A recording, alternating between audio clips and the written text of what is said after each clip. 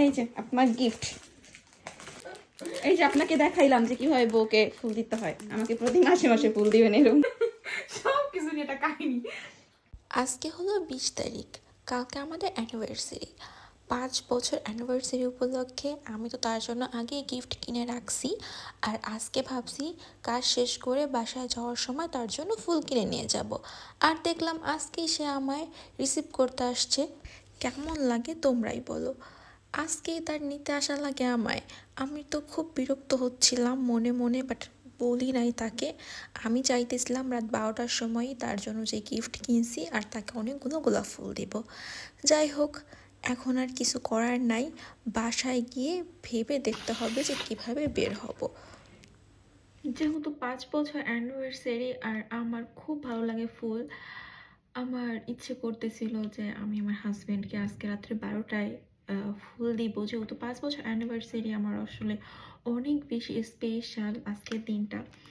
তো এইটা আমি বলছি আমার হাজবেন্ডকে যে আমি ওয়াশরুমে যাব, এটা বলে এমন দৌড় দিছি রাত 8টার সময় গিয়ে কিনে আবার তাড়াতাড়ি চলে আসছি চুপে চুপে। তো অনেক কষ্ট করে কিনছি যাতে সে না জানে সারপ্রাইজ দিব, এই জন্য অনেক খুশি আমি। আসলে আমি ভাবছি যে উনি হয়তো বুঝে যাবে যে আমি বাহিরে গেছি, কিন্তু বুঝতে পারে নাই। যেহেতু বলছি যে আমি নিচে যাব, ফুডস কাটবো, প্লাস আমি টয়লেটে যাব, আর অনেক কথা বলে তারপরে নিচে নামছি। আমরা হচ্ছে উপরের ফ্লোরে থাকি আর নিচের ফ্লোর পুরো খালি।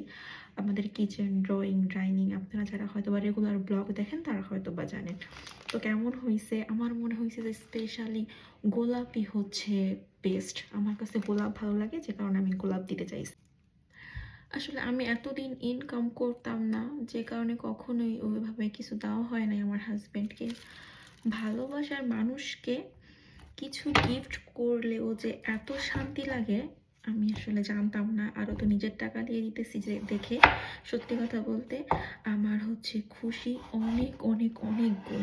আমার মনে হয় আমার হাজব্যান্ডের থেকেও বেশি খুশি আমি, যে তাকে আমি কিছু দিতে পারবো, যেই মানুষটা আমার জন্য বিয়ের পরে অনেক খরচ করে। আর আমি যখন যা চাই আলহামদুলিল্লাহ, আপনাদের সবার দোয়ায় আল্লাহর রহমত তো আছেই, সব সময় হাজির সব কিছু আলহামদুলিল্লাহ।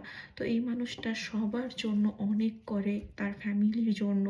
তার ফ্যামিলির এমন কোনো আসলে বিষয় নাই যে মানে যার মধ্যে সে থাকে না, বা টাকা পয়সা সব কিছু আসলে উনি করে। আমার বিয়ের পর থেকে আমি দেখতেছি যে সে তার ফ্যামিলির জন্য, আমার জন্য যেমন করে ফ্যামিলির জন্য সেম ওই রকমই করে। বাবা মার জন্য অনেক খরচ করে সব কিছু মিলে। এই মানুষটাকে আসলে গিফট দেওয়া, এই দিন শেষে হয় কি যে ছেলেরা সবার মানে খুশি রাখতে রাখতে বা সবাইকে ভালো রাখতে রাখতে নিজেদের জন্য আসলে কিছুই রাখে না। আর তাদের জন্য কিছু করা কখনো হয়ও না। কিন্তু সত্যি বলতে গিফট পেতে সবার ভালো লাগে, গিফট সবার দেওয়া উচিত। যে মানুষগুলো আমাদের বাবা হোক, ভাই হোক, হাজবেন্ড হোক, যারা সব সময় আমাদের জীবন আসলে অনেক বেশি আলোকিত করে, সব সময় যারা আমাদের স্পেশাল ফিল করায়, তাদেরও মাঝে মধ্যে স্পেশাল ফিল করানো উচিত। আমি বিশ্বাস করেন, আমি জানি যে আমার হাজব্যান্ড তো খুশি হবে, ও এরকমভাবে প্রকাশ করতে পারে না, বলতে পারে না, এটা আমি জানি। যেহেতু আমি 5 বছর ধরে ওর সাথে সংসার করি, ওর সাথে আসি, ও ওইভাবে আসলে ভালো লাগা, ওইভাবে ও অনেক আছে না যে বলতে পারে না, ও ঠিক ওই টাইপ যে বলতে পারে না, কিন্তু অনেক খুশি হবে আমি জানি। আর ওর থেকেও হাজার হাজার গুণে খুশি হচ্ছে আমি, যে আমি আমার হাজব্যান্ডকে দিতে পারতেছি কিছু।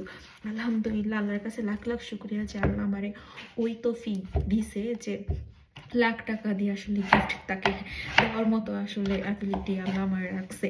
অ্যানিভার্সারি 5 বছর উপলক্ষে এই যে আপনাকে দেখাইলাম যে কিভাবে বউকে ফুল দিতে হয়। আমাকে প্রতি মাসে মাসে ফুল দিবেন এরকম। যদিও যদিও আমাদের 5 বছর অ্যানিভার্সারি শুধু ঝগড়া করতে করতেই গেছে। এই যে আপনার গিফট, বউয়ের প্রথম ইনকাম দিয়ে আপনার গিফট দিচ্ছে আপনার বউ। অবশ্যই। আমরা তিনজনেই শুয়ে পড়ছিলাম অলরেডি, আর জাহিবাবুকে ঘুম পাড়ানোর ট্রাই করতেছিলাম। এর মধ্যেই দেখলাম যে 12টা বাজতে বেশি সময় নাই। তাকে বললাম তুমি একটু বসো, আমি আসতেছি।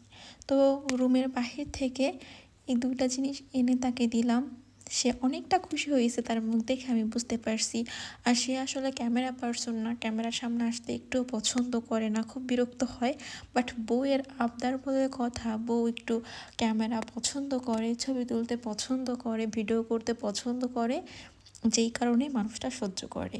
মাঝে মধ্যে একটু বেশি বিরক্ত হয়, তারপর আবার ঠিকও হয়ে যায়। তোমাদের কাছে এই অ্যাপেল ওয়াচ কেমন লাগলো তোমরা কিন্তু কমেন্ট করে অবশ্যই জানাবে। তো তাকে বললাম হইছে অন করা, এখন একটু পরে দেখাও আমায়।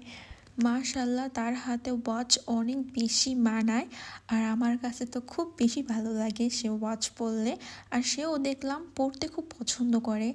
আমি দেখি যে সে অলওয়েজ একটা ওয়াচ পরে, অ্যাপেল ওয়াচই। ওইটা হচ্ছে ব্ল্যাক কালার। আর আমি ভাবছি যেহেতু ব্ল্যাক কালার একটা পরে, তো আমি ব্ল্যাক কালার দিব না, অন্য যে কোনো কালার দিব। তো সিলভার কালারটাই পরে মনে হলো নিয়ে যাই, তার পছন্দ হবে। ছন্দা আপু সন্ধ্যার সময় তার হাজব্যান্ডকে দিয়ে একটা কেকও আনাইছে। আমরা রাত 12টার সময় কাটবো এই জন্য। তো রাত 12টার সময় আমরা কেক কাটছি। আমার কাছে সব কিছু মিলিয়ে অনেক ভালো লাগছে। থ্যাংক ইউ ছন্দা আপু। তোমাদের কাছে কেমন লাগলো এই পুরো ভিডিও তোমরা কিন্তু অবশ্যই কমেন্ট করে জানাবে। তোমরা আমাদের জন্য দোয়া করবা যাতে আমরা 5 বছর না, সারা জীবন একসাথে থাকতে পারি। তোমাদের জন্য অনেক অনেক দোয়া আর ভালোবাসা। আল্লাহ হাফেজ।